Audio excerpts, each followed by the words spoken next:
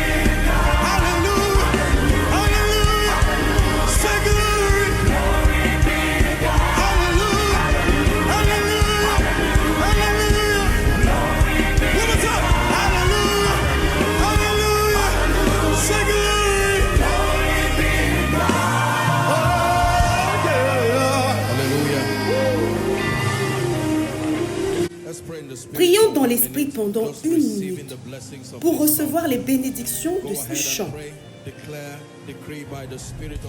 Déclarez par l'Esprit de Dieu que vous marchez sur l'ennemi.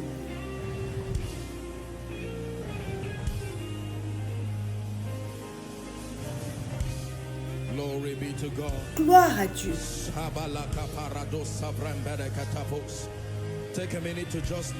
Prenez 1 minute pour prier dans l'esprit comme vous le recevez, en déclarant que vous êtes victorieux, toujours victorieux, un miracle vivant.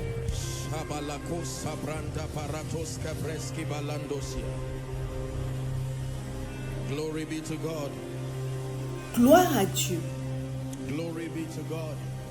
Gloire à Dieu. À travers ma vie, gloire à Dieu.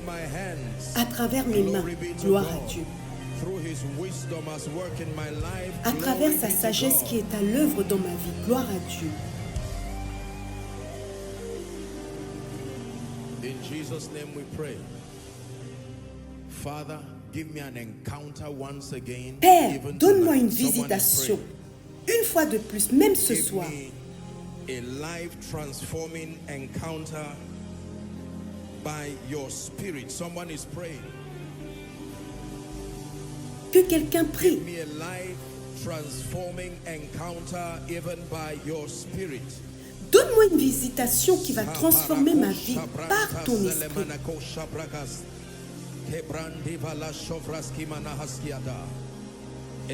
Donne-moi une visitation transformatrice de vie par ton esprit qui va m'amener à un niveau supérieur dans l'esprit et qui va transmettre en moi une sagesse plus grande, une puissance plus grande, du courage pour faire face à ma destinée, la grâce d'exceller qui rend gloire au roi à travers ma vie.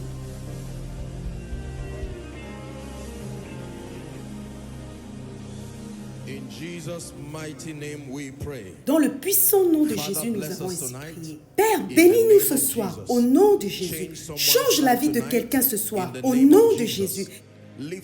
Élève quelqu'un dans l'esprit au nom de Jésus. Réponds à la prière de quelqu'un au nom de Jésus. Essuie les larmes de quelqu'un au nom de Jésus. Enlève la honte de quelqu'un au nom de Jésus. Fais naître un témoignage dans la vie de quelqu'un au nom de Jésus.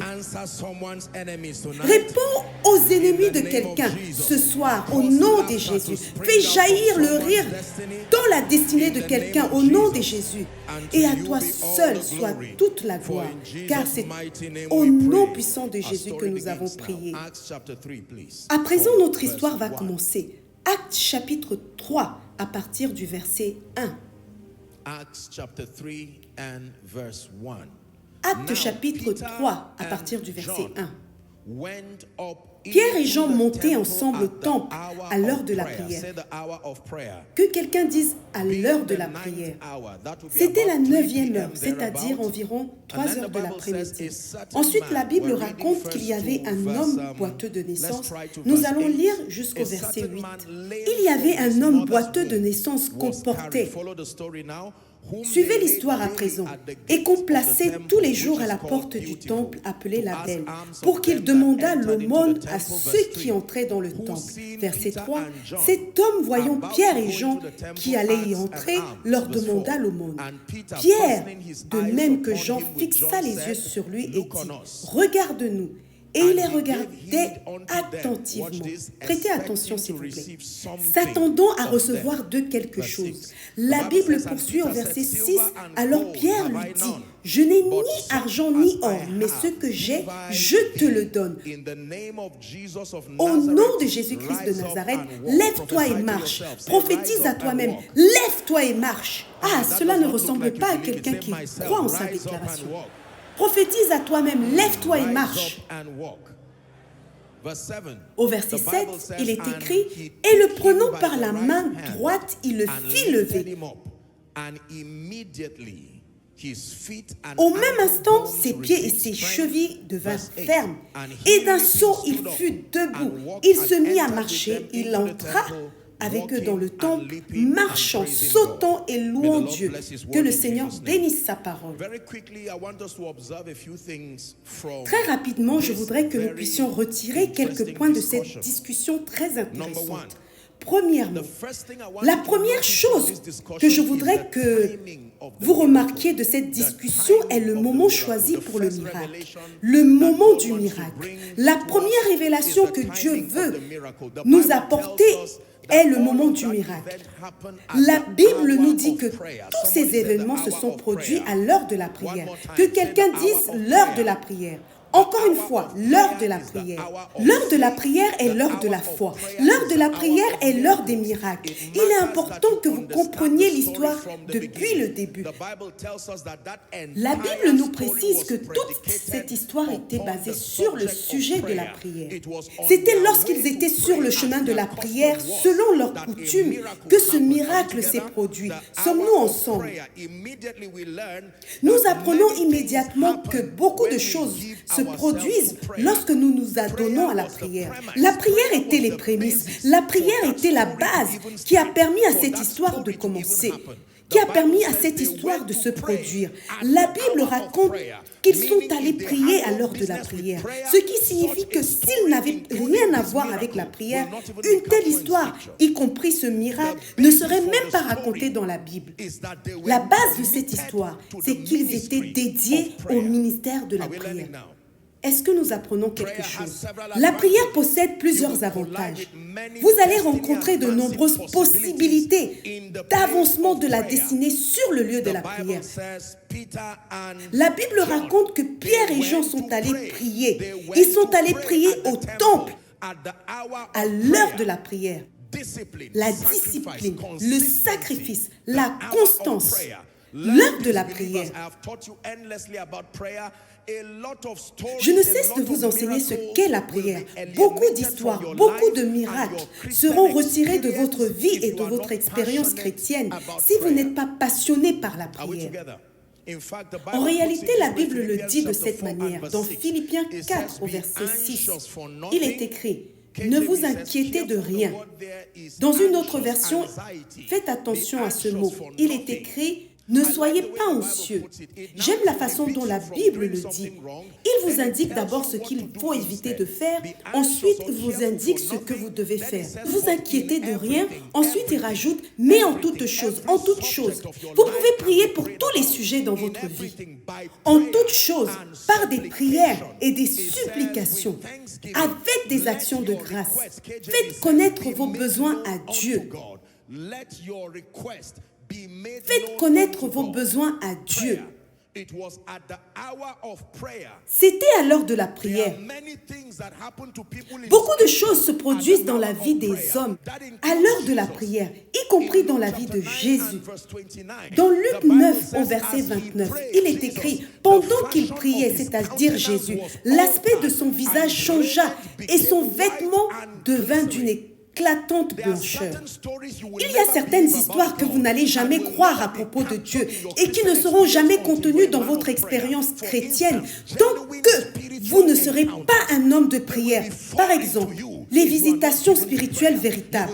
Ce sera quelque chose d'étrange pour vous. Si vous n'êtes pas enclin à la prière, vous allez penser que les gens mentent, que les gens exagèrent leur expérience. Il y a des dimensions que vous devez atteindre dans la prière pour faire l'expérience de certaines réalités. Que quelqu'un dise « je vais prier », que le diable vous entende. Dites « je vais prier ». L'heure de la prière.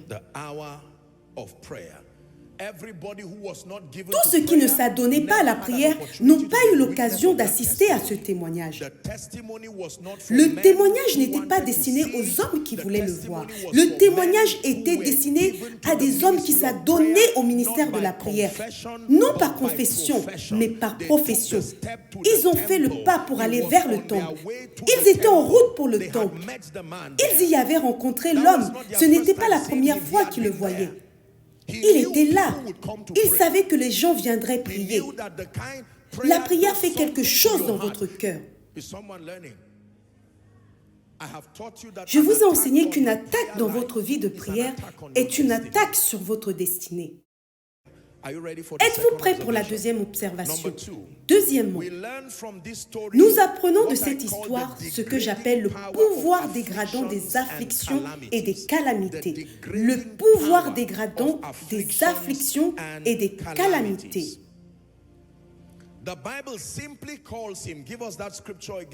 Dans Actes 3 au verset 2, la Bible l'appelle simplement un certain homme.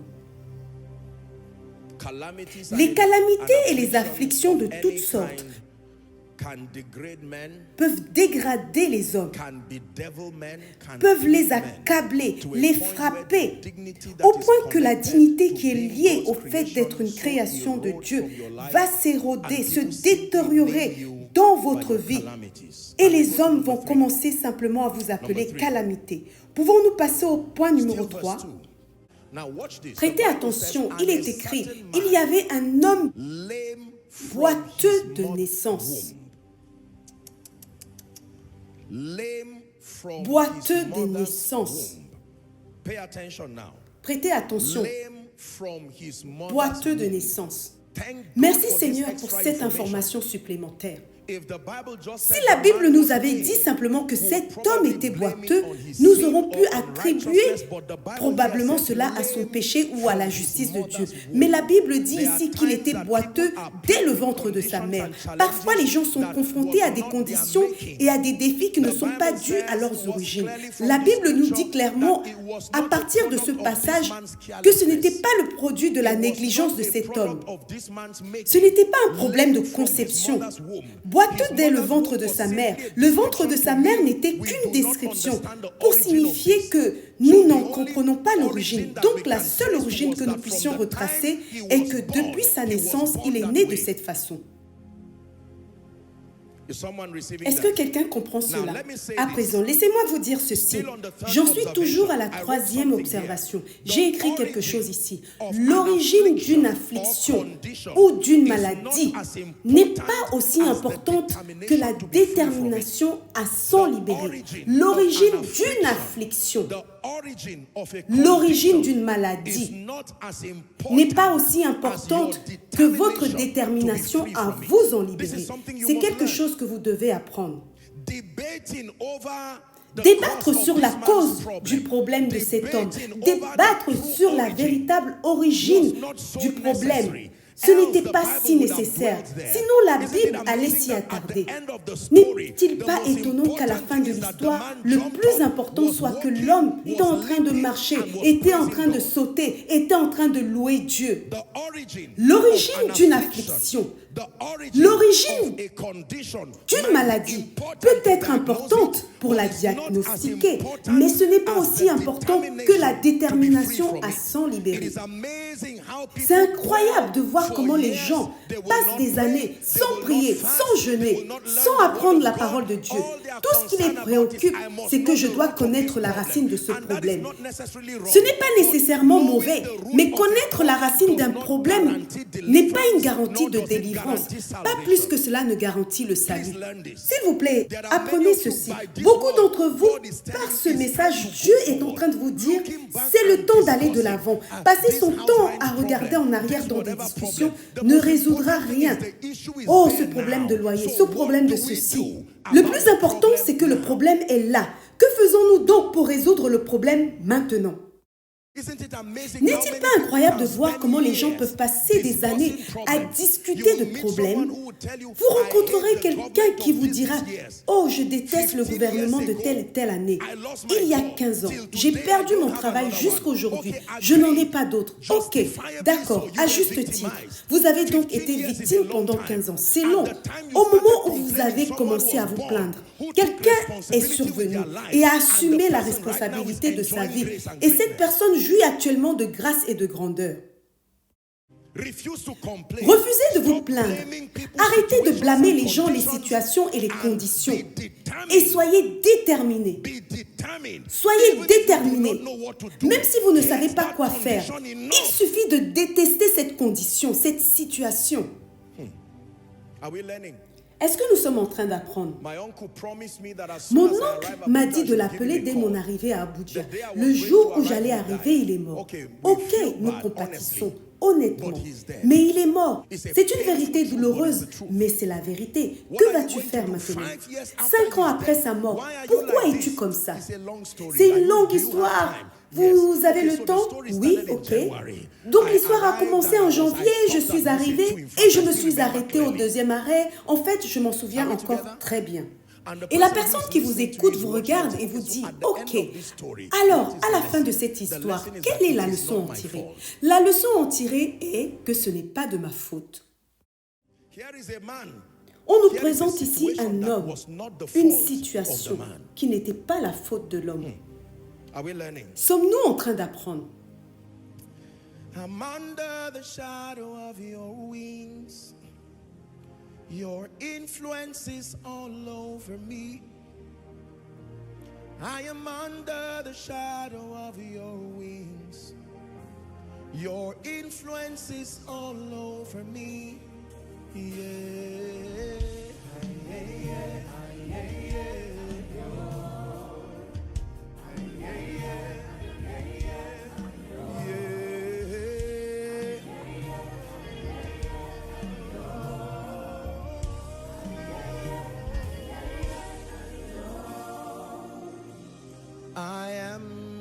victorious.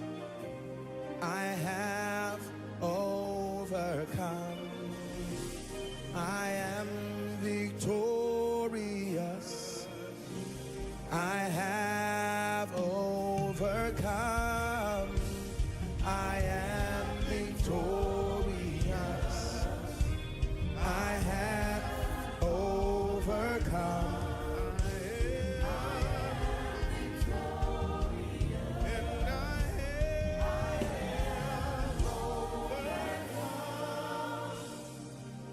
Number 4.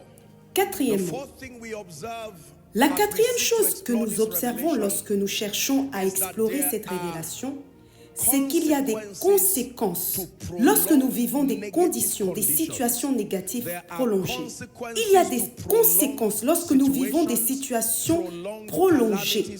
Il y a des conséquences aux calamités prolongées. Prêtez-moi votre attention, s'il vous plaît. Je vais en énumérer quelques-unes pour vous. Toute personne que vous verrez qui se trouve dans une situation prolongée a probablement cette montagne à surmonter. Il est important que vous le sachiez afin d'apprécier cette histoire que la Bible nous raconte. Lorsque vous la lisez, il semblerait que cet homme était assis, puis il est venu et a été guéri. Mais il y a beaucoup de choses qui se cachent derrière. Et le Seigneur nous aide à déballer les couches de lumière que nous devons en tirer. La première chose qui se produit est une faible estime de soi. Il existe des conséquences aux calamités prolongées. Il existe des conséquences aux problèmes prolongés. Faible estime de soi, colère, rancœur, haine, mauvaise perception de Dieu et des hommes. Permettez-moi de les énumérer à nouveau. Ne minimisez jamais les conséquences du fait de rester longtemps dans une situation négative. Premièrement, faible estime de soi. Notre monde est en proie à ce cancer qui est la faible estime de soi. Les personnes qui en sont victimes sont des personnes qui viennent de familles n'ayant peut-être pas la meilleure expérience dans leur vie. Faible estime de soi, colère, rancune, haine. Il peut sembler justifié de haïr Dieu et de haïr les hommes quand vous découvrez qu'aucune chance ne vous a été donnée. C'est la raison pour laquelle tout le monde doit se joindre à moi ce soir pour faire cette prière. Satisfais-moi suffisamment tôt. Que quelqu'un dise, rassasie-moi suffisamment tôt de ta bonté. Pouvons-nous passer à la cinquième observation? Prêtez attention, s'il vous plaît. Si je vous demandais combien de miracles se sont produits dans cette histoire, vous allez me dire un miracle. C'est le miracle que vous connaissez, lorsque l'homme s'est levé et qu'il a marché. Mais je vais vous montrer qu'au moins 4 miracles se sont produits dans cette histoire.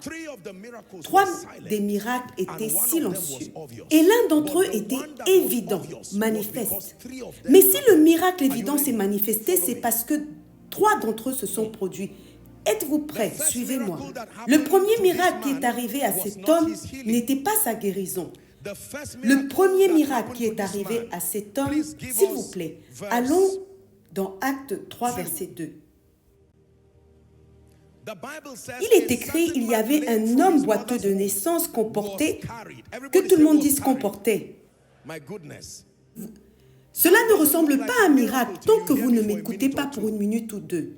Le premier miracle qui lui est arrivé n'était pas sa guérison, mais le fait que certains hommes croient suffisamment en lui pour le porter et pour le déposer devant le temple tous les jours.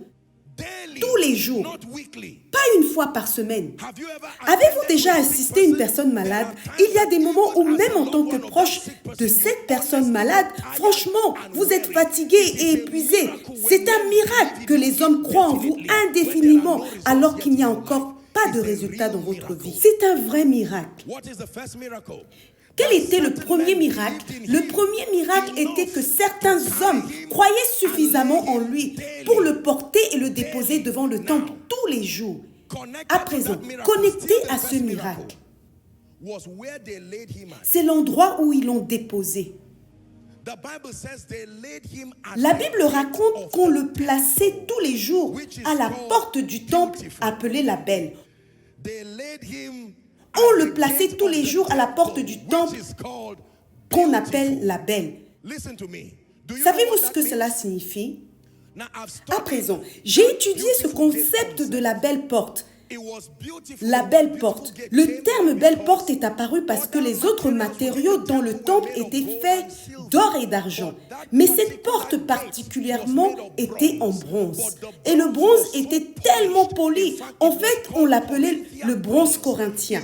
Il était tellement poli qu'à la lumière, il brillait et illuminait encore plus que les autres portes. La belle porte. Ils l'ont déposée là et le miracle a commencé à se produire dans sa perception. Il y avait quelque chose qu'il voyait à cette porte, qu'il ne pouvait pas voir d'où il venait. Il y a quelque chose qu'il voyait à cette porte, qu'il ne pouvait pas se permettre de voir chez lui. Il était important qu'il voie ce qui est beau. Même si sa vie était laide, la belle porte. Est-ce que quelqu'un apprend quelque chose? Le premier miracle était que certains hommes croyaient en lui suffisamment pour le porter et le déposer chaque jour à un endroit qui pouvait commencer à corriger sa perception et à construire sa foi. C'est ce qu'ils ont fait. Ces hommes l'ont aidé. Ils étaient la fondation originale. Quand vous entendez « lève-toi et marche », vous l'attribuez à Pierre et à Jean. Mais je vous dis, vous avez tort. Les premiers sponsors de ces miracles étaient des connecteurs divins. Sans nom, sans visage, des porteurs de fardeaux. Pas de nom, mais leur impact ne pouvait pas être nié. Lorsque vous recevez une guérison, il est facile de l'attribuer à Dieu à travers Joshua Selman. Mais la personne sans nom qui vous a dit « Viens à Koinonia », la personne sans nom qui vous a dit « Vas-tu à Koinonia? Puis-je t'accompagner en voiture ?» Vous ne connaissez même pas le nom de cette personne. Les miracles, les plus grands miracles que nous célébrons ne sont généralement pas les premiers à se produire. Il y a toujours une accumulation de fondations. Quand vous célébrez un miracle, je ne connais personne qui applaudit les fondations. Mais nous applaudissons les bâtiments. Ce beau bâtiment est soutenu par une fondation très solide. Vous voyez à présent? Je sais que vous célébrez le travail, mais qu'en est-il de celui qui vous a dit de ne pas abandonner et d'essayer de postuler une dernière fois? La Bible dit que les hommes qui le transportaient chaque jour, que quelqu'un dise chaque jour, le miracle réside dans leur refus de se fatiguer. Le fait qu'ils le portaient chaque jour signifiait qu'ils le ramenaient le soir. Ils n'étaient pas laissés là tous les jours. Pourquoi, maman, perds-tu ton temps à parler sur ma destinée? Je suis déjà un échec. Et maman répond, non, tu es mon fils. Et si cela devait prendre 20 ans? Je sais qu'un jour, Dieu suscitera un prédicateur pour te parler. Laissez-moi vous dire ceci, lorsque vous acclamez, assurez-vous de l'applaudir aussi. Dieu nous a utilisés tous les deux. Il est étonnant de voir le nombre de personnes silencieuses qui ont joué des rôles mystérieux dans nos vies, qui ne seront peut-être jamais vues, ne seront peut-être jamais félicitées. Ils ne sont pas suffisamment sous les projecteurs pour être reconnus et honorés. Pourtant, aujourd'hui, nous nous tenons sur la fondation de ces personnes. Nous sommes redevables à ces personnes anonymes qui ont refusé d'être fatigués. Et si la nuit qui précédait le miracle de cet homme, ces hommes qui le transportaient avaient dit « Nous avons essayé. Toi-même, tu sais que nous avons essayé. Demain, nous ne serons plus là. » C'est grâce à leur constance que les apôtres ont pu le voir.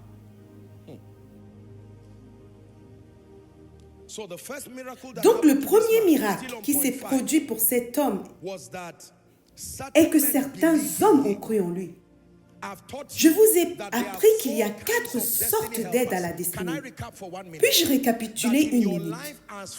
Dans votre vie, concernant le ministère des hommes, vous rencontrerez 4 types d'aides à la destinée. Premièrement, les connecteurs divins. Ces hommes servaient de connecteurs divins. Ils n'avaient pas le pouvoir de guérir l'homme, mais pouvaient l'aider et l'emmener là où il pouvait être guéri. Deuxièmement, les hommes d'influence. Ce sont des hommes d'influence. Ils ont la crédibilité, des antécédents leur permettant de vous recommander. Leurs noms sont des clés. Ils peuvent ouvrir des portes et des portails pour vous. Troisièmement, les hommes doués. Vous avez besoin de personnes douées. Ils colmateront les fuites et les bords de votre vie, de votre organisation. Un seul homme doué peut avoir la force de 50 personnes.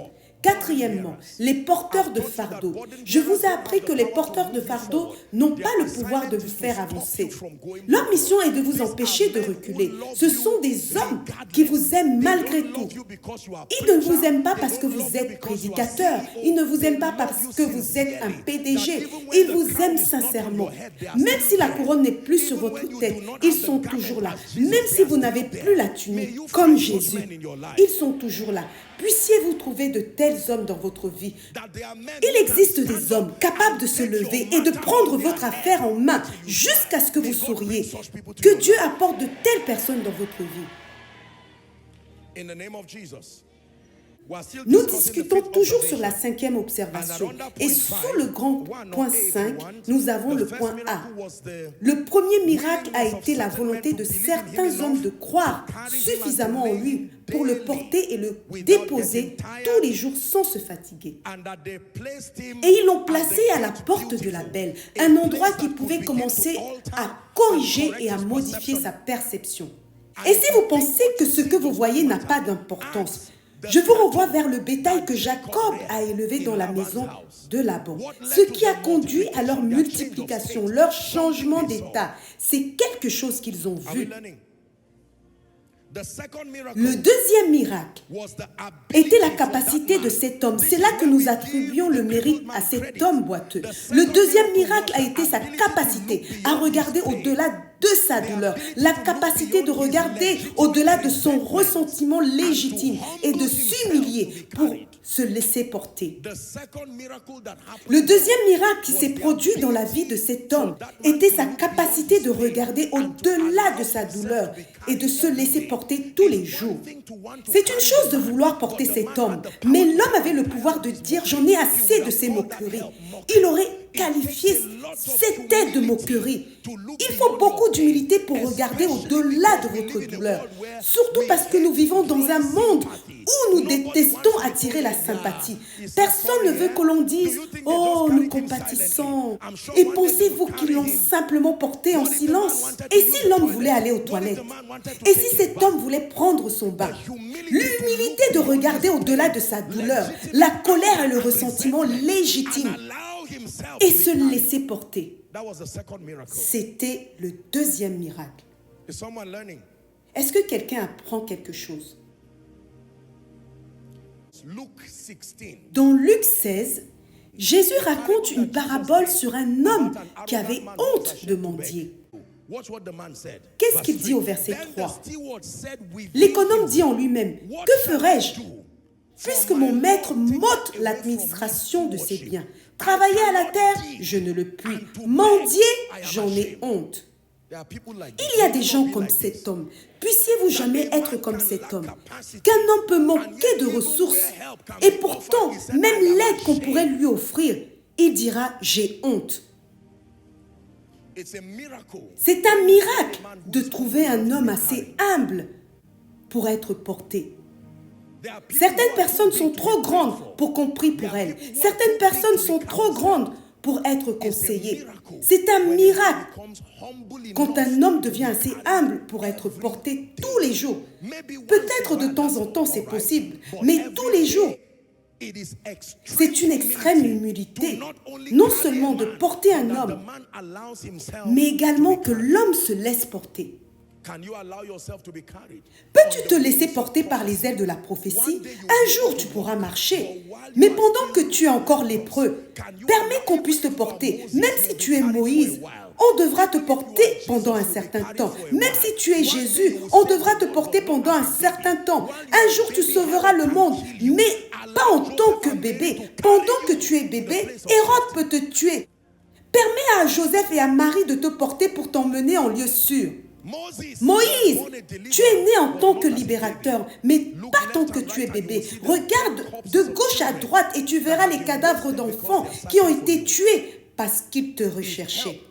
Si l'aide arrive pendant que vous êtes en train de monter, ne la rejetez pas. Avez-vous entendu ce que je viens de dire? Si l'aide arrive pendant que vous êtes en train de monter, s'il vous plaît, ne la rejetez pas. Lorsque vous trouvez une véritable aide, ne la rejetez pas. Si j'étais cet homme, je ne sais pas combien de fois mon ego aurait pris un coup.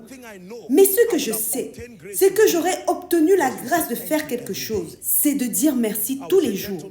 J'aurais dit, messieurs, je ne voudrais pas prendre votre générosité pour acquis. Je n'ai pas le pouvoir de m'aider moi-même, mais je vous dis merci. Que quelqu'un dise merci Jésus.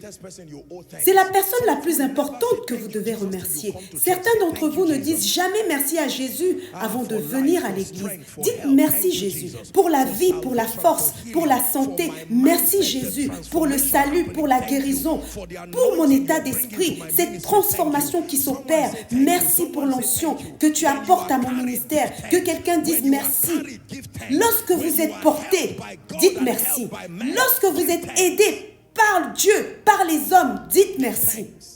Ne prenez jamais pour acquis l'aide de Dieu et l'aide des hommes. Remerciez, soyez reconnaissants. Cela fait 10 ans maintenant. Tu n'as plus besoin de leur aide. Puisque tu es devenu millionnaire, c'est une bêtise de la part de beaucoup de gens. Aidés par les parents, aidés par les prédicateurs, aidés par les aides de la destinée. Lorsque Dieu les aide à devenir, ils n'ont pas le courage de revenir en arrière pour dire merci, ni à Dieu, ni aux hommes. Certains d'entre vous, peut-être, auront besoin de penser à des personnes qui ont fait quelque chose dans votre vie et obtenir la grâce de leur envoyer 1000, même 100 000. Et ils diront, mais pourquoi faire? Je n'ai pas eu de tes nouvelles depuis 15 ans. Et vous pouvez leur répondre, mais juste pour te dire que je me souviens de quelque chose que tu as fait auparavant. Et ne leur envoyez pas un message en disant « De nombreuses personnes m'ont aidé dans la vie et je voulais te faire savoir que tu es l'une d'entre elles. » Ce n'est pas une sage façon de remercier.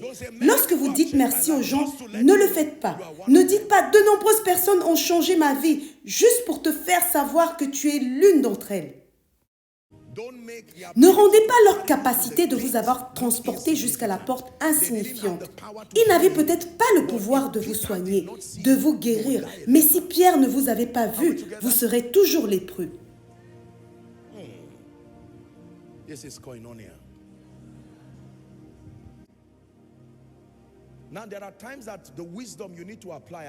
Cependant, il y a des moments où vous devez appliquer la sagesse. Je sais que collecter certaines choses revient parfois à vendre son droit d'aînesse.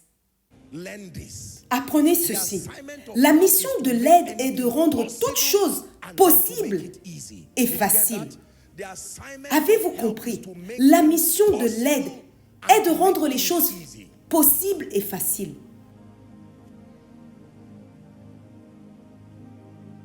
Il y a des gens qui seraient sortis de prison si seulement ils avaient la volonté d'être aidés.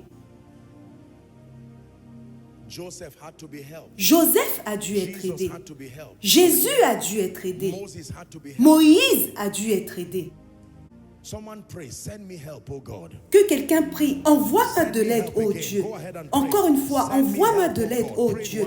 Allez-y prier pendant 1 minute.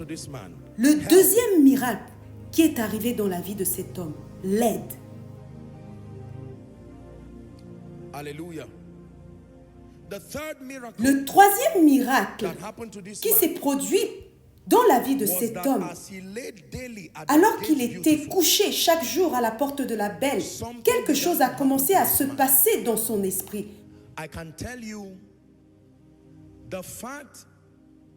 Je peux vous dire que le fait qu'un miracle a commencé à se produire dans son esprit était évident parce que sa foi se renforçait. Il savait qu'il pouvait recevoir quelque chose, même s'il ne savait pas qu'il pouvait recevoir un miracle. C'est le genre de choses que seul le Saint-Esprit peut faire.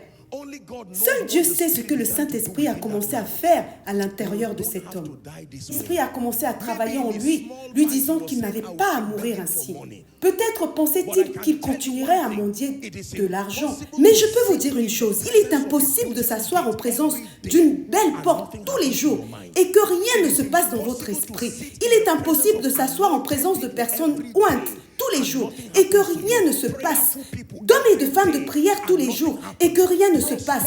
Des gens prospèrent tous les jours. Il se passe quelque chose lorsque l'on se trouve en compagnie des grands. Avez-vous entendu ce que je viens de dire? Cette porte, appelée la belle, bien qu'inanimée, faisait quelque chose dans la vie de cet homme. Je crois que le Saint-Esprit l'utilisait pour lui dire que sa destinée pouvait être semblable. Je suis sûre que le Saint-Esprit l'a enseigné en disant, sais-tu que cette porte ne s'est pas construite toute seule? Un jour, ce bronze était sous terre. Ce n'était pas une porte. Il a fallu qu'un homme la construise. Je suis sûre que l'homme regardait à sa vie. La porte est un passage. Je suis sûre que cet homme faisait une introspection en se disant qu'un jour, les gens connaîtront Dieu à travers moi. C'est un miracle lorsque Dieu vous rapproche de personnes, de choses et de situations qui commencent à transformer votre esprit. Si tel est votre désir, dites Amen. Notez ceci pour conclure avec le point 5. Le premier miracle dont vous avez besoin, ce n'est pas un changement de condition ou de situation, mais un changement de perception. Le premier miracle dont vous avez besoin dans votre vie, ce n'est pas un changement de condition ou de situation, mais un changement de perception. C'est un changement de perception qui attire la grâce, qui change votre condition. Sixième observation.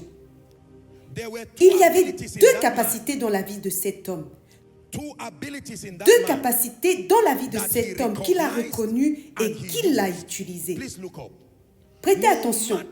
Peu importe à quel point votre vie se dégrade, Dieu vous laissera toujours deux capacités. Celles-ci ne peuvent pas vous être enlevées. Premièrement, sa capacité à voir. Deuxièmement, sa capacité à demander. Ces deux capacités ont demeuré dans la vie de cet homme, quelle que soit sa situation.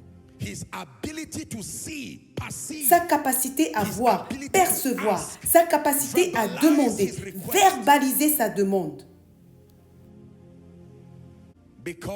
Parce que la Bible dit dans Matthieu 7, demandez et l'on vous donnera. C'est une loi. Cherchez et vous trouverez. Frappez et l'on vous ouvrira. Au verset 8, il est écrit, car quiconque demande reçoit. Et ce sont les deux outils qu'il a utilisés pour faire naître son miracle. La capacité de voir est un miracle. Faites référence à mon enseignement « L'œil qui voit ». L'œil qui voit est un enseignement très puissant. Il vous aide à récupérer, à prier, à accéder au don de la vue. L'aveugle Bartimée n'a pas demandé « Oh Seigneur, que je vois ». Il a dit « Seigneur, que je recouvre la vue ». Parce que la vue va au-delà d'avoir un œil ouvert. C'est la lumière plus un bon œil qui équivaut à la vue. Même si votre œil est en bon état et qu'il n'y a pas de lumière, vous ne pourrez pas voir. Sommes-nous d'accord à présent? Sa capacité à voir et sa capacité à demander. Septième observation. Veuillez noter ceci. Vous allez apprendre quelque chose de très puissant. Lève-toi et marche. Verset 7. Maintenant, faites attention à cette observation. Le fait qu'il reste dans cette condition n'était plus une question de fondation ou d'éducation. Depuis le moment où il a reconnu qu'il avait le pouvoir de voir, depuis le moment qu'il a reconnu qu'il avait le pouvoir de demander, le fait qu'il demeure dans cette condition n'était plus une question de fondation, ni une question d'éducation, mais de mentalité. Avez-vous compris? Dès le moment où il a découvert qu'il avait la capacité de voir, de changer sa perception. Dès le moment où il a découvert qu'il avait la capacité de demander et de recevoir, ce n'était plus un problème de sa fondation, un problème de son éducation, un problème de sa tante, de son oncle, un problème du travail qu'il a perdu. Prêtez attention, dès le moment où la parole de Dieu vous parvient, pour réaliser que votre destinée dépend de vous et de Dieu principalement, blâmer les parents, blâmer les malédictions, blâmer quoi que ce soit devient nul et non avenu à partir de ce moment-là. Si la parole de délivrance n'était pas venue, le pardon pourrait vous être accordé. Lorsque vous blâmez toute autre chose et toute autre personne, mais dès le jour où vous découvrez que vous avez le pouvoir de voir, que vous pouvez changer votre perception, que vous pouvez changer votre compréhension, que ce que vous aviez comme mauvaise idéologie peut être corrigé, que ce que vous voyez de manière erronée, vous pouvez le voir plus parfaitement et plus précisément, et que vous avez la capacité de demander, premièrement de demander au Père des Pères, et deuxièmement de demander aux hommes. Dès le jour où vous reconnaissez que vous avez la capacité de changer votre perception et la capacité de demander, la calamité dans laquelle vous êtes devient votre faute. Laissez-moi vous dire certaines choses que vous pouvez demander. Vous pouvez poser des questions qui mènent à la connaissance, qui mènent à votre liberté. Sommes-nous d'accord jusqu'à présent? Le centurion a posé une question lorsque Philippe a rejoint son char. Il a demandé: dites-moi s'il vous plaît, de qui cet homme parlait-il? De lui-même ou d'un autre? Le docteur Modoc a dit: une question est la graine d'une réponse. Vous ne méritez pas une réponse si vous ne posez pas de questions. N'est-ce pas dans votre Bible où il est écrit: invoque-moi et je te répondrai. Je te montrerai des choses cachées que tu ne connais pas. Écoutez, dès le jour où vous réalisez que vous avez le pouvoir de voir, le ministère ne devrait pas être si petit. Les affaires ne devraient pas être si petites. Dès le jour où vous reconnaissez que vous êtes un géant dans l'esprit, dès le jour Gédéon, où vous réalisez que votre destinée prophétique est d'être un géant, un vaillant héros, et que vous avez le pouvoir de demander, blâmer quiconque ou blâmer n'importe quelle condition ne suffit plus à partir de ce moment-là. À présent, prêtez-moi votre attention s'il vous plaît. Savez-vous que l'homme a commencé à demander, mais il y avait un problème dans sa demande. Il demandait selon sa mentalité. Il n'a jamais demandé la guérison parce qu'il ne savait pas que la guérison était possible. Alors il demandait, mais il demandait l'aumône. Beaucoup de gens demandent des choses plus inférieures. Par exemple, demandez de l'argent à Dieu alors que vous devriez demander la sagesse. Demandez la vie de vos ennemis alors que vous devriez lui demander un cœur intelligent. Lorsque Salomon a demandé à Dieu un cœur intelligent, Dieu lui a dit ce qu'il aurait pu demander. Salomon, tu aurais pu demander la vie de tes ennemis. Même si vos ennemis sont morts, cela ne vous rendra pas prospère. Il a dit, laisse le problème des ennemis, donne-moi un cœur intelligent. Peut-être que beaucoup d'entre vous, la raison pour laquelle votre destinée n'a pas atteint un certain niveau, c'est parce que vous avez demandé. Mais vous avez demandé les mauvaises choses qui sont le produit de votre mentalité. Là où vous devriez demander la compréhension, vous avez demandé de l'argent. Sommes-nous d'accord? Ce que vous demandez a de l'importance. Et ce que vous demandez dépend de ce que vous connaissez. Ce que vous demandez a de l'importance. Et ce que vous demandez dépend de ce que vous connaissez. Ce que vous demandez dépend de ce que vous connaissez. Alléluia. Un buffet peut être préparé devant vous. Et par peur ou quoi que ce soit, il se peut que vous ne sachiez même pas que quoi que ce soit que vous allez demander, sur cette table vous sera accordé. Même si vous décidez de manger un peu de tout. Mais vous pouvez être assis là en train de saliver et vous êtes affamé, alors que le buffet était préparé pour vous. Mais on ne demande qu'en fonction de ce que l'on connaît. La prière pour la lumière est une prière puissante, car vous ne pouvez vous lever et être éclairé dans ce royaume que lorsque votre lumière arrive. Ce que vous demandez est le reflet de votre mentalité. Je vous ai dit il y a des années de cela que Pat Robertson, d'heureuse mémoire, j'ai regardé l'une de ses émissions et je me souviens l'avoir entendu prier. Et il a dit, comme un petit enfant, au moment de commencer le ministère, il a demandé au Seigneur 3 choses. La sagesse, la faveur, l'onction du Saint-Esprit. J'ai dit, waouh! Donc ce sont les ressources spirituelles qui peuvent transformer un homme ordinaire en une station de diffusion mondiale. Je suis allée vers Dieu, j'ai commencé à changer les choses que je demandais. Seigneur, dans une prière similaire, donne-moi la sagesse, donne-moi la faveur, donne-moi l'onction du Saint-Esprit.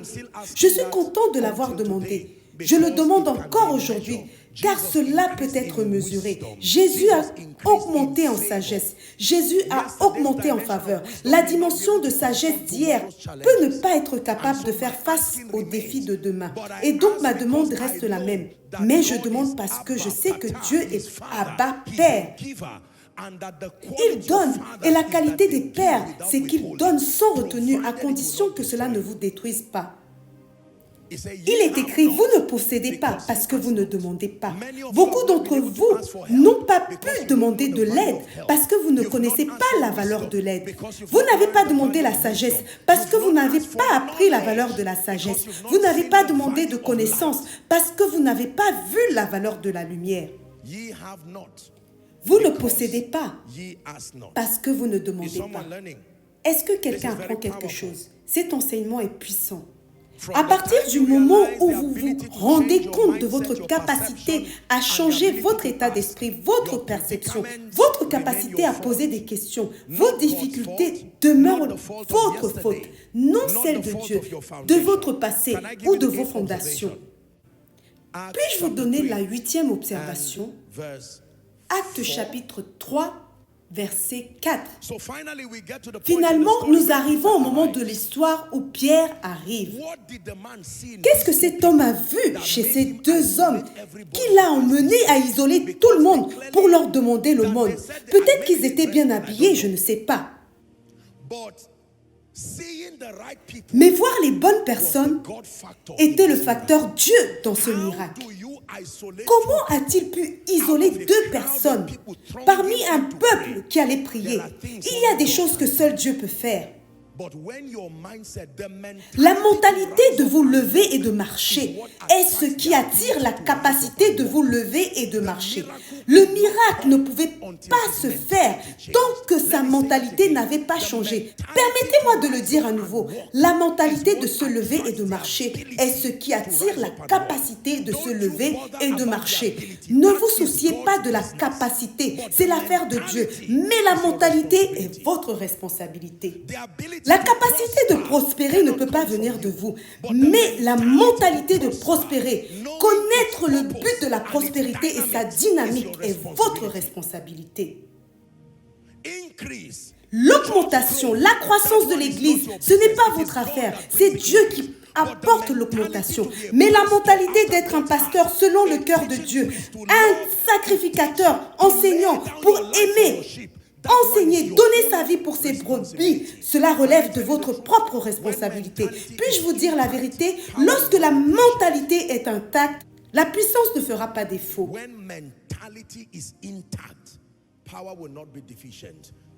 Retournons au verset 3. Voyons Pierre. J'aime ce verset. Ne les voyait-il pas tous les jours? Il y a une sorte de vue que Dieu avait gravée dans son esprit. Il s'était associé à Dieu pour regarder la belle porte. Puis-je vous dire la vérité? La belle porte t'entraîne à voir Pierre. La belle porte. Si tu sais comment en tirer des leçons, si tu sais comment t'entraîner à la belle porte, alors tu seras prêt à voir Pierre et Jean.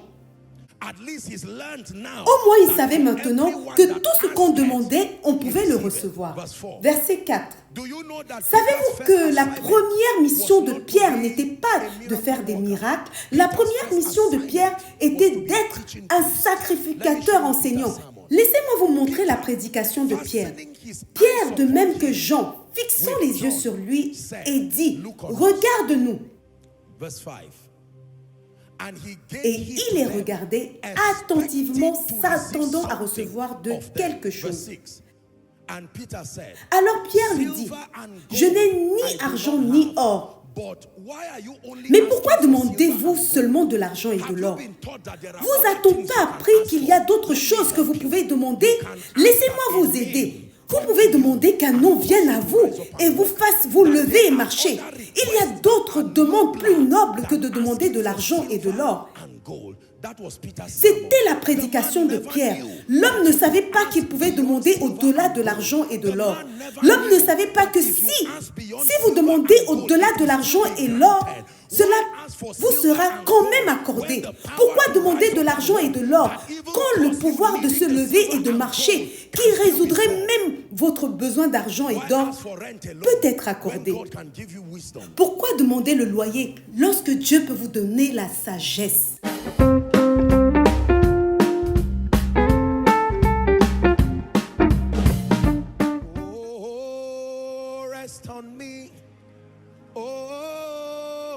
Rest on me, oh, rest on me, Spirit of wisdom, rest on me, oh, rest on me, oh, rest on me, oh, rest on me, Spirit of wisdom, rest on me. I understand. Je comprends que vous priez pour un travail, mais avez-vous essayé de prier pour vos aides de la destinée? Ne savez-vous pas que ce buffet peut également vous offrir cela? Si vous me proposez de garder entre le travail et les aides de la destinée, je choisis 1000 fois les aides de la destinée, car lorsque vous trouvez le cœur d'un homme ouvert, il ouvre également ses mains vers vous. Je suis en train de vous enseigner par ce mystère que ce que vous demandez est le produit de votre mentalité. Certains d'entre vous demandent à Dieu des choses et il s'engage à y répondre. Mais combien de temps allez-vous continuer à collecter de l'argent et de l'or alors que vous pouvez vous lever et marcher? Pierre a dit, si je laisse cet homme ainsi, je n'ai pas validé mon ministère apostolique. Il est écrit, je vous donnerai des pasteurs selon mon cœur. Ils aideront à rééditer les choses que vous demandez, afin que vous demandiez des choses qui ont plus de poids spirituel. Au lieu de demander des membres de l'Église, demandez l'onction, une véritable onction pour être une bénédiction, une puissance authentique pour transmettre la parole de Dieu avec le feu, la lumière avec des signes qui suivent. Vous avez demandé une assemblée pour laquelle vous n'avez pas d'espace. Rest on me, oh, rest on me, Spirit of wisdom, rest on me, oh, rest on me, oh, rest on me, oh, rest on me, Spirit of wisdom, rest on me. God, give me a car. Oh Dieu, donne-moi une voiture. A car? Une voiture? Let somebody deposit 1 million or 10 million in my bank account. Que quelqu'un dépose 1 million ou 10 millions dans mon compte bancaire.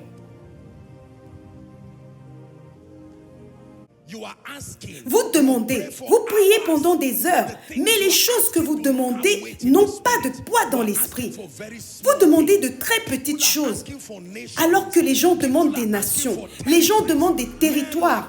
Des hommes comme John Knox ont demandé à Dieu, donne-moi l'Écosse, tout un territoire, donne-moi l'Écosse. Ils étaient en train de diviser des nations et les prenaient par force.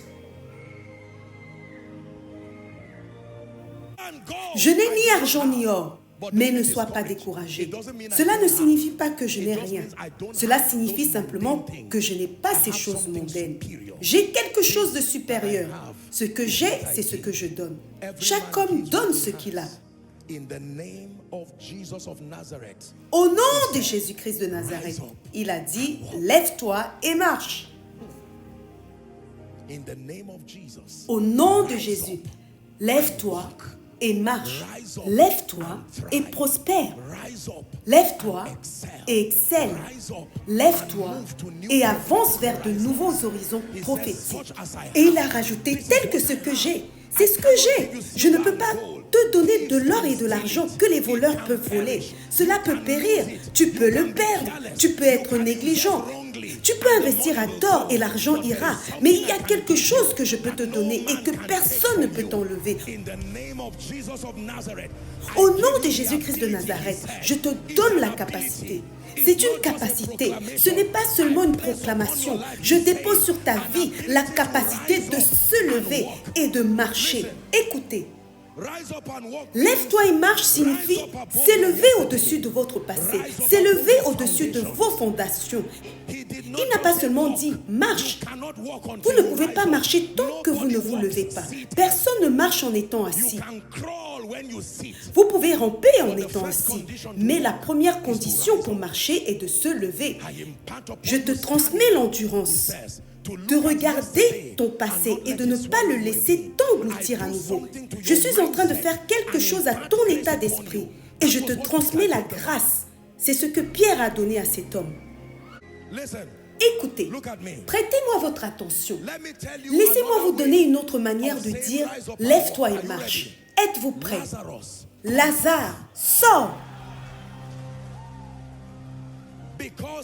Parce que on n'enterre pas un homme mort debout. Lazare, même si tu es mort, sors. Lazarus had to rise up, and the Bible says he came out, even though with grave clothes. Lazare a dû se lever et la Bible dit qu'il est sorti. Même s'il était enveloppé de linceul, il est sorti. L'homme dans Actes chapitre 3 n'était pas le premier homme à se lever et marcher. Les disciples avaient déjà vu beaucoup de personnes se lever et marcher. Ils ont vu la veuve de Naïn. Ils ont vu son fils se lever et marcher. Ils ont vu beaucoup de gens se lever et marcher. Laissez-moi vous dire ceci, il faut de l'endurance pour se relever. Il faut la grâce de Dieu pour se relever. Ézéchiel chapitre 2, à partir du verset 2, il est écrit « Dès qu'il m'eut adressé ces mots, l'Esprit entra en moi et me fit tenir sur mes pieds. Lève-toi et marche est une transmission, une libération de grâce. Cela signifie que c'est le moment pour toi d'arrêter de pleurer, de t'enfermer dans la pitié de soi. Lève-toi et marche. » Est-ce que quelqu'un apprend quelque chose? Notez ceci. La 9e observation. Je rassemble quelques éléments et nous allons prier. The 9th observation from this scripture. La 9e observation de ce passage, êtes-vous prêts? Le verset 7. La Bible dit que Pierre est venu après l'avoir éduqué. Il a dit, « Je n'ai ni argent ni or, mais ce que j'ai, je te le donne. Au nom de Jésus-Christ de Nazareth, lève-toi et marche. » Le verset 7 m'a choqué. Parce que si vous lisez pas bien, vous penserez que le boiteux a obéi, mais il n'a pas obéi. Il voulait le faire, mais quelque chose l'a retenu. Il ne pouvait pas se lever. Et donc la puissance de Dieu ne pouvait pas agir. Savez-vous à quel point ce serait embarrassant qu'après être venu enseigner la vérité, rien que la vérité, vous disiez maintenant aux gens de se lever et de marcher et qu'il n'y ait pas de témoignage. C'est ce qui est arrivé lors de la conférence de Pierre. Après avoir dit à l'homme de se lever et de marcher, le dimanche suivant, il n'y a pas de témoignage. Dans ce cas, 2 semaines plus tard, aucun témoignage. Et Pierre a dit qu'il y avait quelque chose qui n'allait pas. Revenons à la case départ. Il a découvert que le nom de Jésus, aussi puissant soit-il, mais sans un pas de foi de la part de celui qui voulait recevoir, reste impuissant. La puissance de Dieu était là pour guérir, comme vous le verrez bientôt. Et Pierre a dit, laissez-moi l'aider. Et il l'a pris par la main droite pour l'aider à agir et l'a soulevé. La Bible dit immédiatement, la puissance attendait l'obéissance. La puissance attendait l'obéissance immédiatement, mon Dieu. Donc si l'homme était assis là pendant 2 semaines de plus, la puissance aurait attendu là pendant 2 semaines de plus. Et on aurait cru que la parole de Dieu, le nom de Jésus n'avait pas de puissance. Immédiatement, ses pieds et ses chevilles reçurent. Qu'est-ce qu'ils ont reçu? Lorsque Dieu a ouvert mes yeux pour voir cela, je pensais que c'était seulement un être humain qui pouvait recevoir avec l'esprit. Regardez ce que dit la Bible. Que les pieds d'un homme peuvent recevoir, la cheville d'un homme peut recevoir, les finances d'un homme peuvent recevoir. Chaque partie de la vie d'un homme peut recevoir. Il n'a pas dit l'homme. Il a dit que ses pieds et sa cheville ont reçu la force. Reçoit la force. Et immédiatement, au verset 8 à présent, d'un saut, il fut debout et se mit à marcher. J'espère que vous savez que la marche, même la marche est un miracle. Ce n'était pas seulement la guérison qui était un miracle, parce qu'il n'avait jamais marché de sa vie. Écrivons tous ceci, s'il vous plaît. Le nom de Jésus, sans la foi de la part du destinataire, échouera à produire des résultats. Le nom de Jésus, sans la foi du destinataire, échouera à produire des résultats. Le nom de Jésus, sans la foi, l'obéissance de la part du destinataire, échouera à produire des résultats. La puissance de Dieu n'agit que lorsque l'homme agit. La puissance de Dieu n'agit que lorsque l'homme agit. Mesdames et messieurs, la puissance de Dieu n'agit que lorsque l'homme agit. Lorsque les hommes agissent avec foi, la puissance de Dieu et toutes les ressources du ciel sont libérées pour le soutenir. La puissance de Dieu n'agit que lorsque l'homme agit. Sommes-nous d'accord à présent? À présent, permettez-moi de résumer quelques points pour vous, pour que vous puissiez écrire maintenant. Lève-toi et marche en premier lieu est un appel prophétique à s'associer à Dieu et à entrer dans de nouvelles saisons prophétiques. Lève-toi et marche est un appel prophétique. Ce n'est pas simplement le titre d'un message, c'est un appel prophétique à s'associer à Dieu et à entrer dans de nouvelles saisons, à ouvrir de nouveaux chapitres concernant votre vie et votre destinée. Lève-toi et marche est un appel prophétique à s'associer à Dieu et à entrer dans de nouvelles saisons, à ouvrir de nouveaux chapitres concernant votre vie et votre destinée. Et si vous le souhaitez, à entrer dans de nouveaux horizons d'exploit dans le royaume. À entrer dans de nouveaux horizons d'exploit dans le royaume. Encore une fois, lève-toi et marche est un appel prophétique à s'associer à Dieu et à entrer dans de nouvelles saisons, à ouvrir de nouveaux chapitres concernant votre vie et votre destinée, entrer dans de nouveaux horizons d'exploit dans le royaume. C'est le premier résumé de tout ce discours. Nous allons prier. Que vous soyez assis ou debout, peu importe.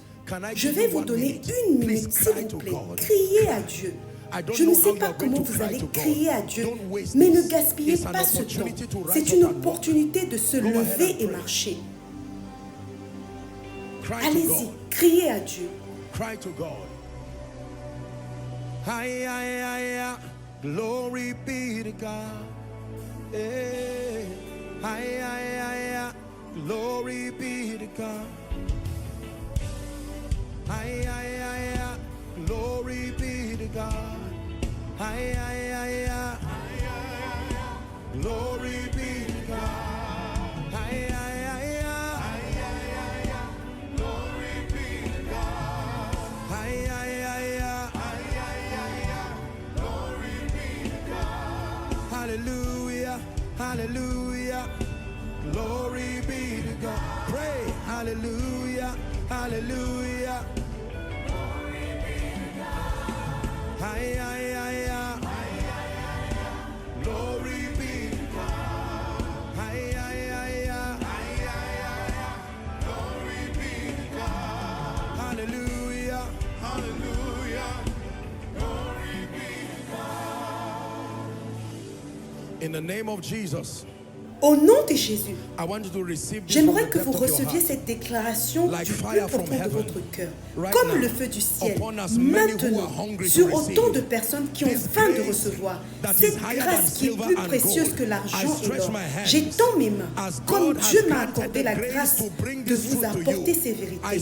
Je prie pour quelqu'un, que la grâce qui fait que les hommes se lèvent et marchent, recevez-la maintenant. Receive it right now. Receive it right now. Receive it right now. Higher spiritual dimensions. Des dimensions spirituelles supérieures. Recevez-les maintenant. Des dimensions prophétiques supérieures. Receive it right now. Recevez maintenant. The spirit of revelation at a higher dimension. L'esprit de révélation à une dimension supérieure. Recevez-le maintenant. La grâce pour la prière et la supplication. Recevez-la maintenant. J'active vos rencontres, vos visitations prophétiques à une fréquence que vous n'avez jamais vue auparavant. I speak to you spiritually. Rise up and walk. Je prie dans votre vie spirituelle. Levez-vous et marchez. Financièrement, levez-vous et marchez. Dans votre carrière, levez-vous et marchez. Levez-vous et marchez. Levez-vous et marchez. Levez-vous et courez. Levez-vous et volez. Levez-vous et planez. Levez-vous et brisez les limites. Levez-vous et brisez les frontières. Levez-vous et faites ce que vous n'avez jamais fait. Levez-vous et dépassez les normes ordinaires au nom puissant de Jésus.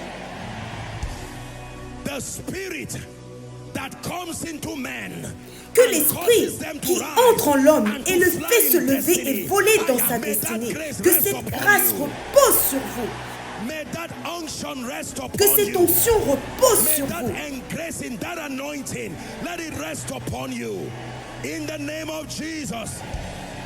Que cette grâce, cette onction repose sur vous au nom de Jésus. Et que tout ce qui vous retient à terre, malgré le fait que Pierre et Jean, les instruments du Seigneur, sont déjà tout autour de vous. Cependant, il y a des choses qui vous retiennent. Peu importe quelles que soient ces choses, je les écrase à jamais pour vous au nom de Jésus. Je les écrase à jamais.